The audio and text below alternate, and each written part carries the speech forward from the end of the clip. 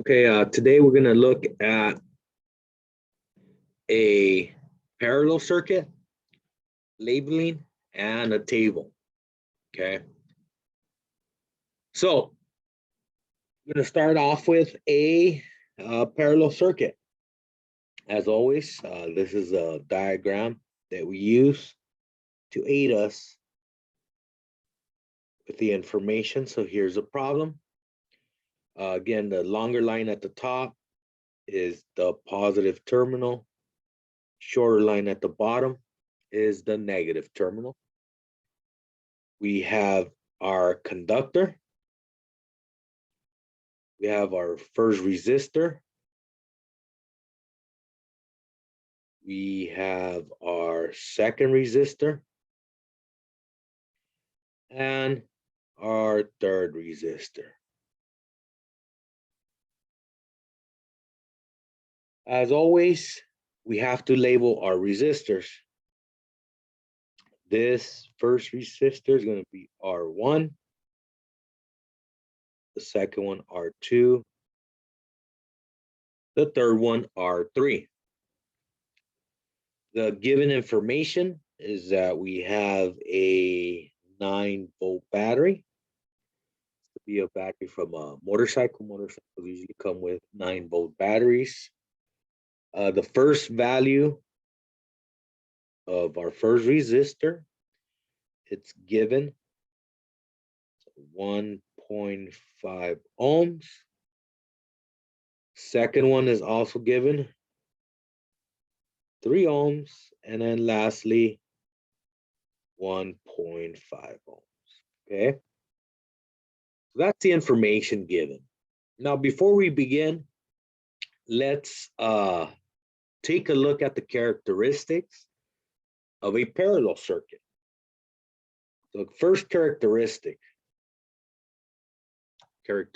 number 1.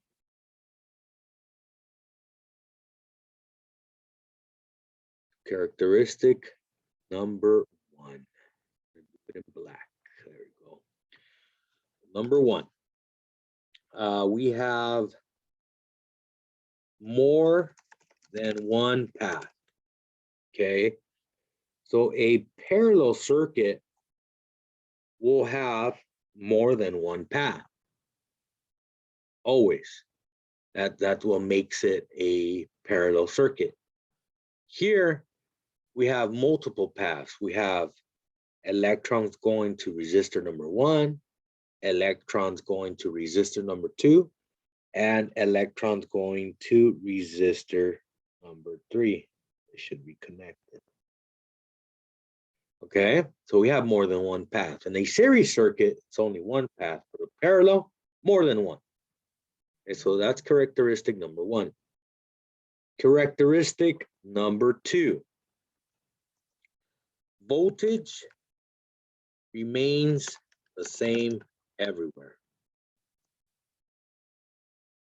Okay, so that is characteristic number 2.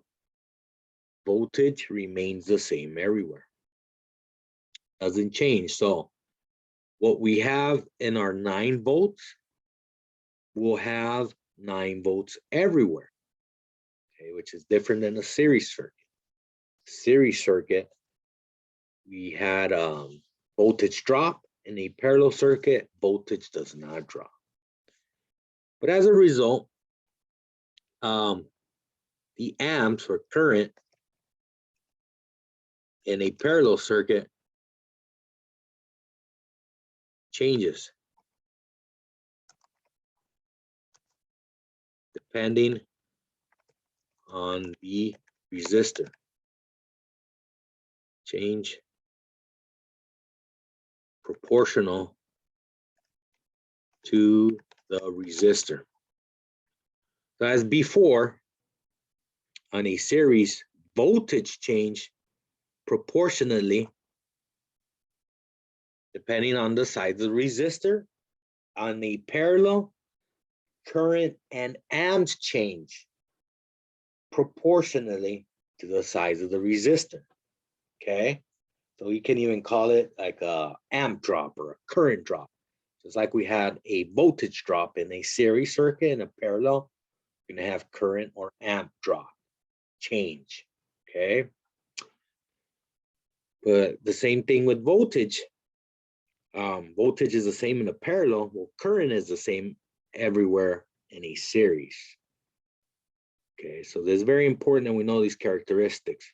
Now, lastly, number 4, total resistance is going to be a little bit different. And this is where knowing your fractions really, really pays off. So it looks like this. So our numerator is going to be 1. Total resistance is going to be in the denominator. So RT, T for total. That will equal, in this case, 1 over R1 plus 1 over R2 plus 1 over R3. So in this case, we have 3 resistors, but we need to have our total resistance in this manner, okay? We need to have the total resistance in this manner. All right, so these are the characteristics of a parallel circuit. Now we can begin to construct our table. Let's do that. As always, we have one column for voltage, one column for current, then lastly, our resistance, our header.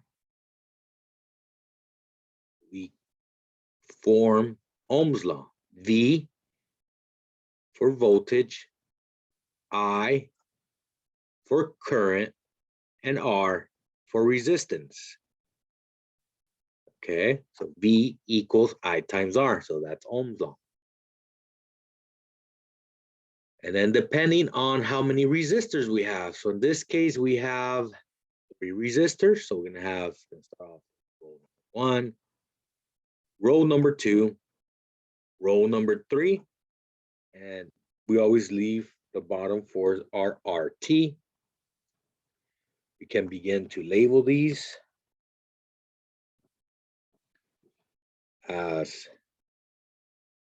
R1, R2, R3, and RT, okay?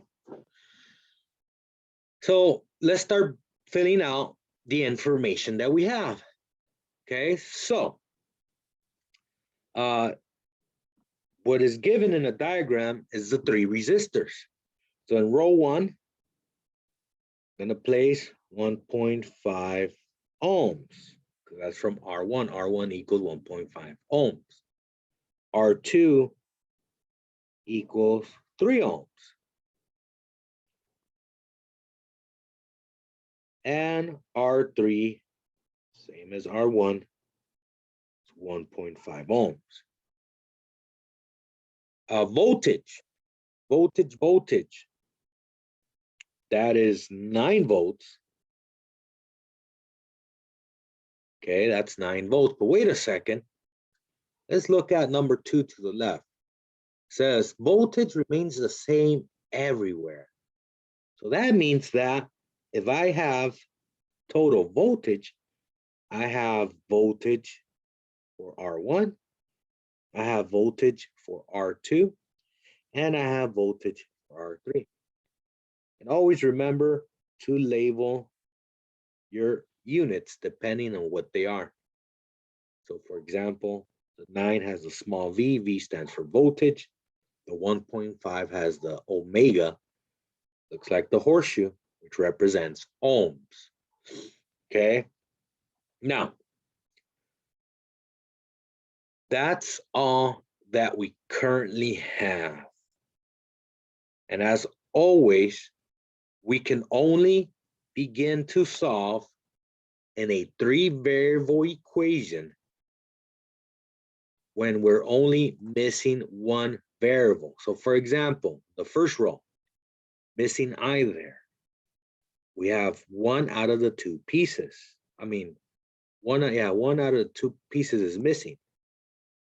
R2, same thing. We're missing one out of the three. We have two of the pieces. Okay. We have our V1 and we have R1, but we're missing I1. Okay, so that's what we have. Similar to R2, we have V1 and we have R2, but we're missing I2. Okay. And lastly, R3,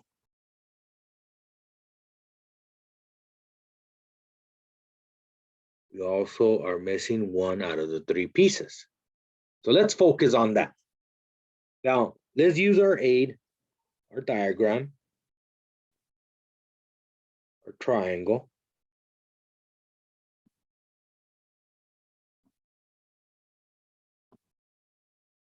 That's our triangle.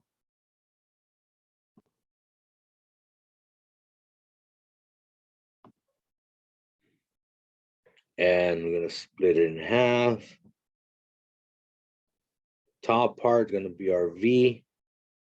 Bottom left, our I. Bottom right, our R. Now for R, the row number one, R1, we're missing I. So if I were to block off the I, I just highlighted it because that's what we're trying to find, what's here. We could see that I1 equals V1 over R1. And in this case, V1 is 9 volts. R1 is 1.5 ohms. So we were to divide 9 volts by 1.5, that would equal to 6 amps. Okay, so we found the value for I1, missing value. This is 6 amps.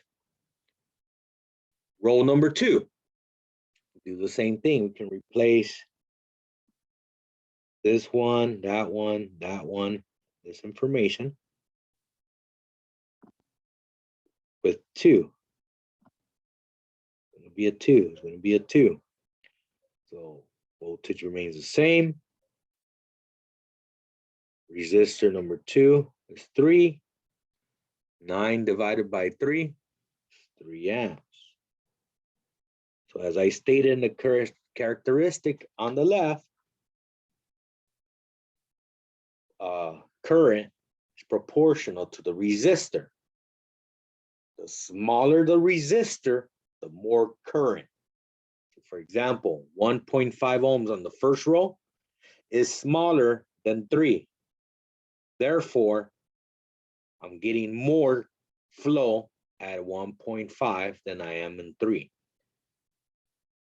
Okay. Now, luckily for row number 3 is the same as row number 1, same values. 9 divided by 1.5. There's no need for us to do the math again. So that equals 6 volts. But we could, placing this as 3, 3, 3, the importance of labeling. 9 volts is the same. 1.5, and that gives us 6 amps. Okay. Now, current is always summed up in a parallel. Okay. Current is summed up. So our total current, okay, Down here, let me clear this up. Because the last box here,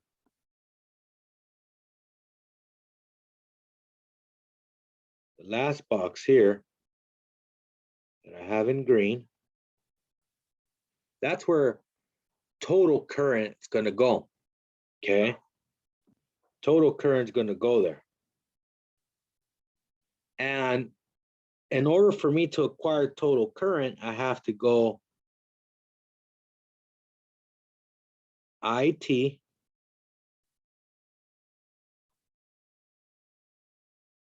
equals I1 plus I2 plus I3. This case, I have 3 currents. So 6 plus 3 plus 6. So 6 plus 3 is 9. 9 plus 6 is 15. So our total current here is going to be 15 amps. Okay, 15 amps for total current. Now, this is something very important that appears here that we need to take note. This tip is going to save us quite a bit of trouble. But we're not going to have to use this complicated formula.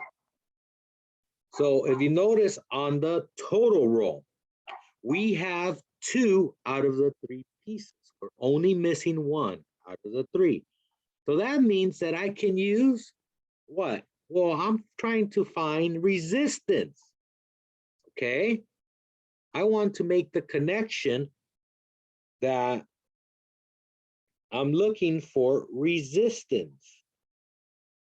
Total resistance in this case. So this will connect here. Okay, if I block that off, well, I can say that RT equals VT over IT. Okay, and I have that information. VT is 9 volts. IT is 15 amps. But wait a minute, didn't you say that total current is acquired by using what's on number 4 on the left? Yes, if that's another way that we can do it, and I'll show you both ways, but just wanted to point that out, that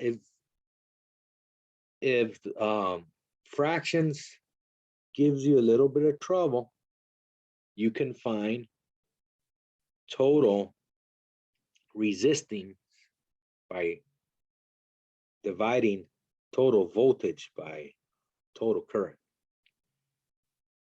So 9 divided by 5. 9 divided by, 15 equals 0.6.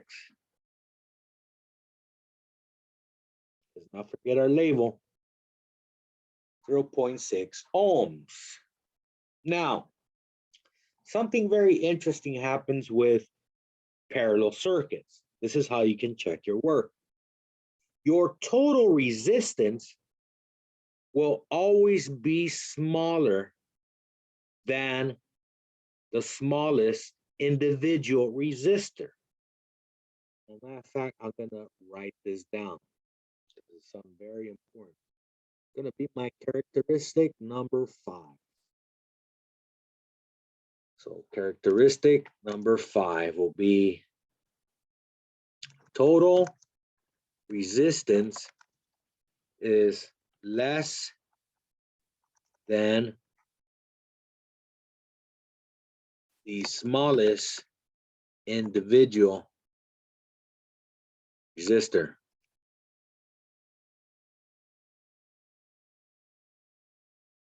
So in this case,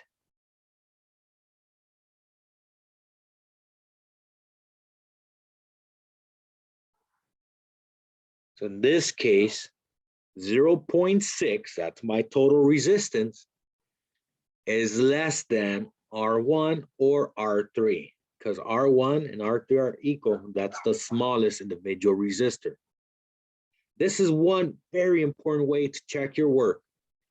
If my total resistance would have been 1.55 or 1.62, then I would have known that something is wrong, because that total resistance needs to be less than the smallest individual. Okay. So this is how we solved a parallel circuit. Very important to label and very important to use the table, because what's on the table now I can translate over to the diagram. So if I were to use my amp meter, I could say that I have 6 amps there, I have 6 amps there. For resistor number 1, I have 3 amps here. I have 3 amps there. For resistor number 2, I have 6 amps there. I have 6 amps there. My total current is 15 amps over here, 15 amps over there. I can start filling up all this information based on the table. Okay. So now I'm going to show how to use number 4 on the left to acquire what we got as our total resistance. It's very important to know both ways. So let's make a little bit of room for this calculation.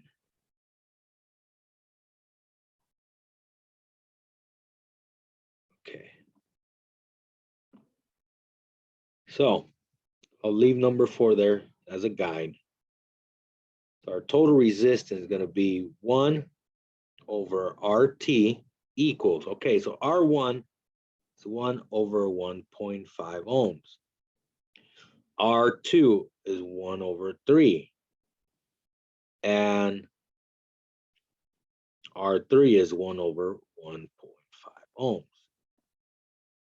So here, to make our life a little bit easier, we have to find total resistance. We have to find total resistance, okay? And I see that our denominators are not the same. First one, we have a 1.5, the second one I have a 3, and the third one I have a 0.5. So I think our common denominator, the smallest common denominator, is 3.